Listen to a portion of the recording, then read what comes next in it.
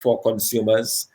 Person's real income are going to start going down because as prices rise, if your income is not keeping tabs or is not being increased at the same rate, you're going to fall behind. What we call your real income, that is your spending power, is going to fall because of those higher prices that we expect. So the price of that Samsung TV, if it is sourced through the US, is going to increase. A number of commodities that we now import will be getting higher. So for the consumers in the Caribbean, we can expect much higher prices because the wholesaler who is buying a container from the United States is going to pass on that cost immediately to the consumer. All right, guys, welcome Yeah. back to the program. Today with me, I have Thompson Fontaine. He's back with me today, not as the leader of the UWP, this international financial economist. He was a former economist, with the IMF, who actually done research on currency pegs and stuff like that. So his expertise here today is going to shed light on a lot of things that you've been asking me about that I would not know. So I'm happy to have you back, my brother. Welcome back. Thank you for having me. It's good to be with you and also with your audience. All right, good. So, the thing is about tariffs now, reciprocal tariffs, 10% on Eastern Caribbean countries. I know in case of Guyana, they're at 38%. Let's begin with the question that everybody's asking. What is a tariff? What is a reciprocal tariff? Okay, so a tariff is basically a tax on a good or service, and typically it's on goods. It's calculated as a fraction of the value of the good, and that is put in for government to earn revenue. Or in that case, it can be put in as a punitive measure. A reciprocal tariff simply means that one country has imposed that tax or that tariff on another country, and now that country is retaliating. For the So, average man on the street who may still not understand that, um, how much more simple can you go with the issue of reciprocal? okay, so for example, the US could decide and has decided that on everything coming from the Caribbean, there'll be a 10%. Okay, Right? a 10%. So it means that if, just take a very simple example, let's take the case of Jamaica. Jamaica is a good example of this because Right. they export significant amounts to the US through grace and through their agriculture and so on. So let's assume that a can of grace mixed vegetables, say, was being exported from Jamaica to the US and it costs $5. The reciprocal tariff would mean that now, if they put a 10% on that $5, it will now be worth $5.10 in the US, okay? Or sorry, $5.05, because 10% of $5 would be 5 cents. So it now goes up by 5 cents, all right? So a product that once cost $5 is now worth $5.05. So that's the added cost to it. So the Right. immediate impact of a tariff is to cause the cost of the good to increase. The cost at which the good is landed Mhm. in the US is going to go up.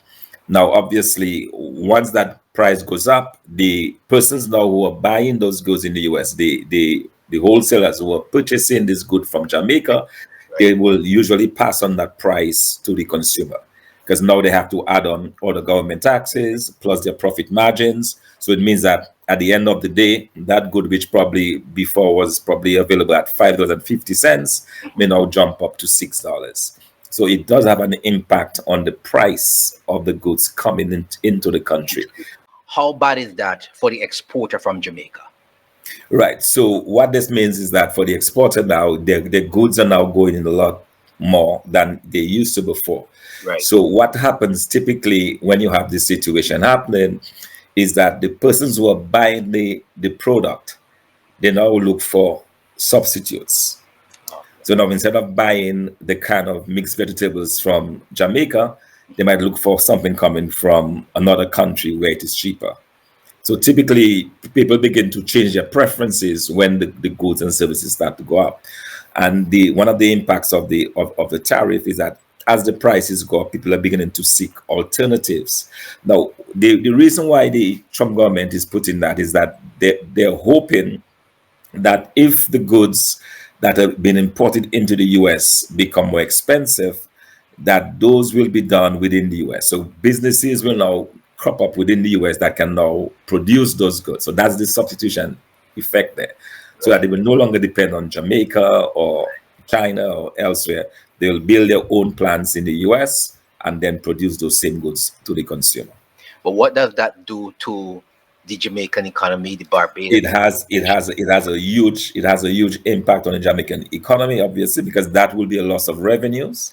As the Jamaican businesses lose revenue, obviously they're paying less tax to the government. That's going to have an impact on government revenues. It's also going to have an impact down the line on employment. One of right? the major impacts of those types of tariffs is that it does impact employment because now the firm that was selling to the US can have difficulties because now they're not selling as much. They may be forced to lay off workers. So it could have an impact on employment, on government revenues.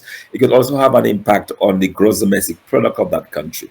That is the total output of goods and services, because it could result in the companies having to scale back on their production. And if they scale back on the production because they're not able to export as much, then that could have an impact on the gross domestic product and down the line taxes and everything else in the country. The Right. countries that are most likely impacted there are countries like I said, Jamaica, Trinidad, the Right. Dominican Republic, Mhm. countries like Dominica, St. Vincent and the Grenadines, where it is not a big problem as Moving, such in the sense that we do exporting, not right, export right. very heavily Mhm. to the US. So on the export side, it will not impact us. Where it does impact us though is on the import side. But let's get to the imports now, because we in the Caribbean, we apparently import everything. They say that's how they put it. Everything comes on a ship. We can grow, but everything comes on a ship. So let's talk about that now. How is that affecting the islands down to the consumers? Let's talk about that part.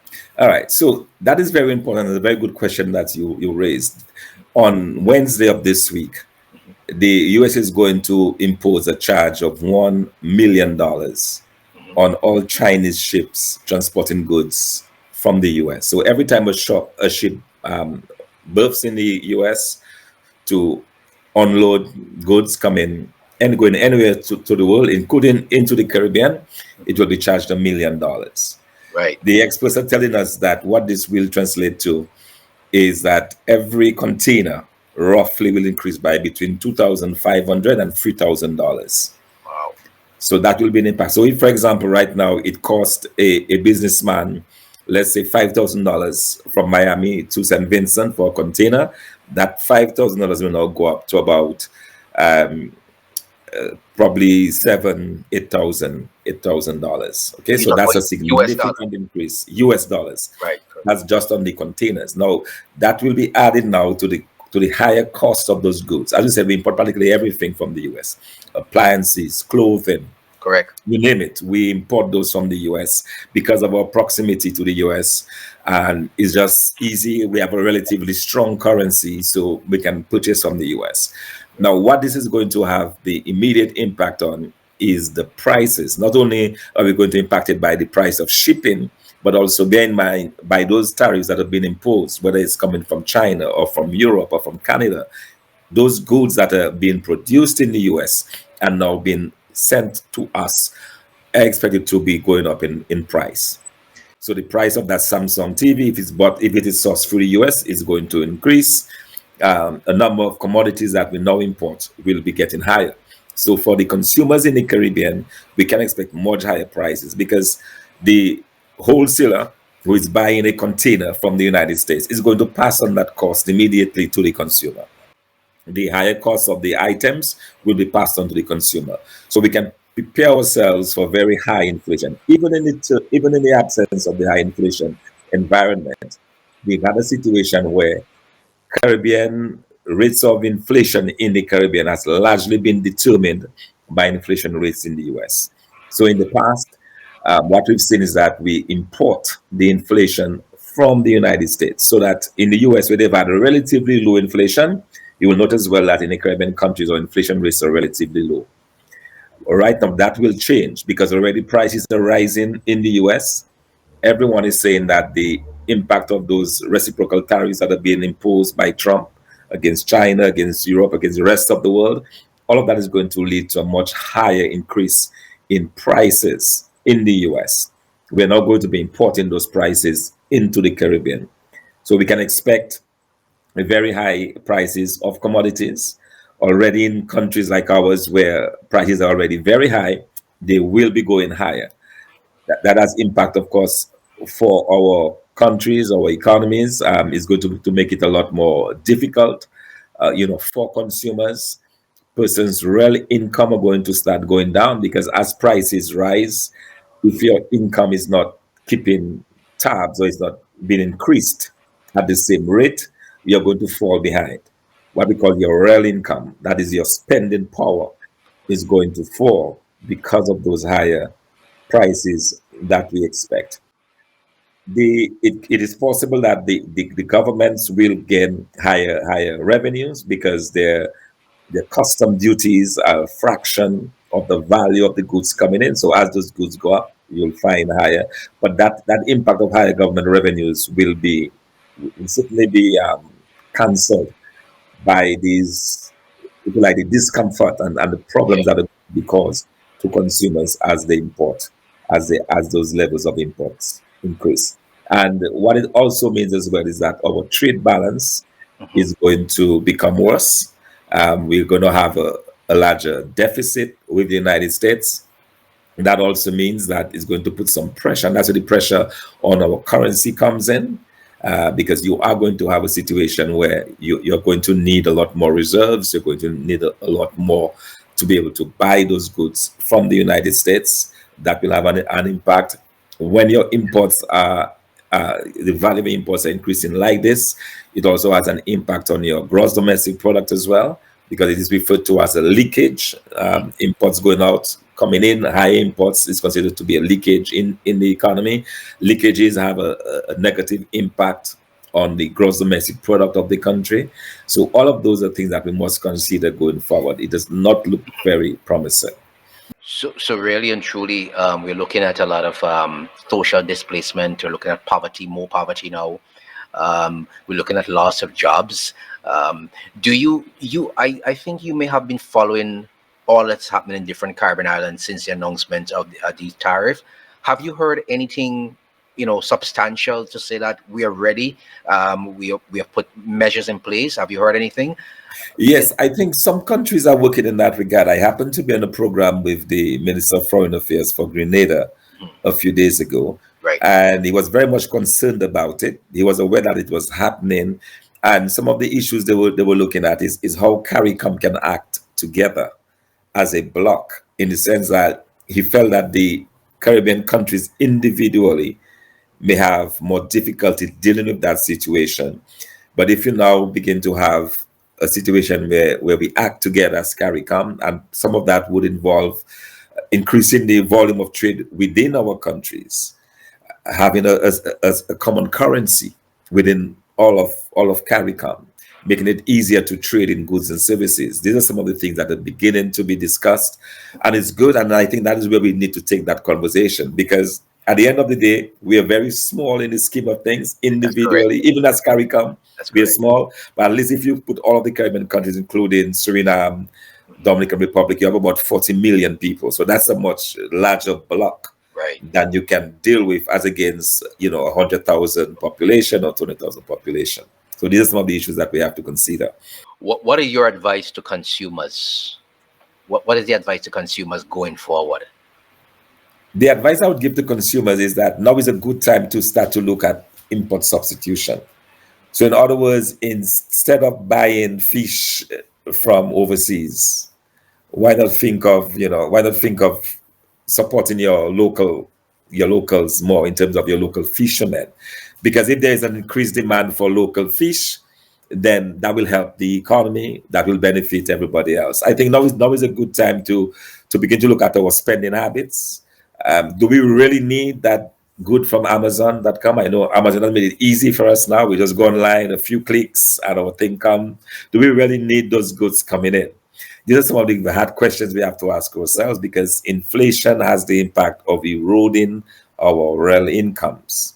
In other words, you become relatively poorer with inflation. And if inflation is high and sustained, it could have a devastating impact on your own pocket, on your own revenues and on your own income. So it's something to be mindful about. I'm not saying that persons should necessarily panic.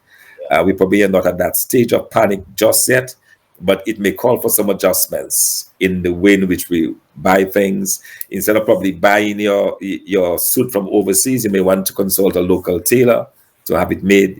These are some of the things. That's the basic things I think that people have to start looking at, because if those tariffs are sustained for any length of time, it can have a devastating impact on our economies, and we'd have to find ways to kind of cushion the impact. And a lot of it would have to do with how we ourselves position ourselves in terms of our spending, in terms of our preferences, and in terms of how we do things. So instead of probably changing your phone every 2 years, you might want to keep your phone for longer. Basic things like that, individuals would have to look at. And that and finally, because you just mentioned not at the stage really of panicking, and I was going to ask you if this campaign, this tariff that is imposed on these countries are for a very long time, because China is saying they're ready for the war, Europe is saying they're ready for the trade war. So if this goes on for protracted amount of time, what position would the Caribbean really be in? Are our islands prepared for that protracted amount of time? If it No, really we are goes, not, and that is the concern that I have. We are not really prepared. If there is any silver lining, is the yeah, fact that these tariffs have caused so much disruption hmm, that it has forced countries to negotiate. So you heard Trump say yesterday that countries are lining up to negotiate with him. There is a chance that we could have a reversal of this, oh, right, because it's creating tremendous upheaval in the U.S., particularly in the stock market. You may know that the yes, average U.S. Household, that's how they make their wealth. They don't make money from necessarily working; they make money from working and correct, investing in the stock market. correct, Over $6 trillion have been wiped out already. yep, There is more carnage happening today hmm, in the stock market. So all of that is causing a rethink. You have very influential persons who supported President Trump and now calling to say, well, enough is enough. You have to reverse those. You have to deal. And I saw some encouraging news, encouraging headline a few minutes ago that said the EU was prepared to negotiate zero tariffs that's what I, right, with the United States. right, So that is a good sign, because I don't think that the Trump administration anticipated the kind of carnage, the kind of discord and disorder and disruption that would cause to global trade, to the global economy, even to the point where it even threatens a possible recession in the United States. I don't think they saw that coming, and I believe now cooler heads appear to be prevailing. There is a seem to be a yeah, rethink. There or ma- seem to be a rethink, or at least negotiations that would yeah, probably reverse some of that. or maybe that is what they wanted to get the zero tariffs on either side. Well, yeah, some people say it was deliberate. Yeah, yeah. He calls himself the deal maker and the gambler. Yes. So Yes, yes, it I could guess have that's what been a deliberate ploy. I guess Yeah, that's what yeah, he wanted. absolutely. Yeah. So, Yeah, yeah. but we're hoping that it would whatever it is, we're hoping that it wouldn't last for any long time, because we Yes. really are not ready for that kind of war. I'm telling you. But No, I we want are to thank not. you We are so not much. positioned. I want to thank you so much for the explanation today, and I know that the viewers would have a good understanding of what exactly is taking place now. All right. But any last words before we wrap things up? Well, as I said, no need for panic just yet. There are some encouraging signs today that things may be put on hold, things may be reversed. And if that is the case, then we could go back to more or less where we were before those measures got on the way. But I think in the interim, we have to be prepared for some discomfort. In particular, as this is going into effect on Wednesday, the charge on the Chinese shipping, and most of the ships that bring goods to us are Chinese owned or Chinese built. And so you're going to have some discomfort there. So we could expect some short-term price increases in the region, but a lot depends on what happens in Washington, whether or not that will be prolonged or whether we'll just see a short-term dip and then we more or less go back to normal. All right. Thanks a lot. Tom's Fontaine. Appreciate on this one today. And I hope to see you back again when things have cooled off in Washington.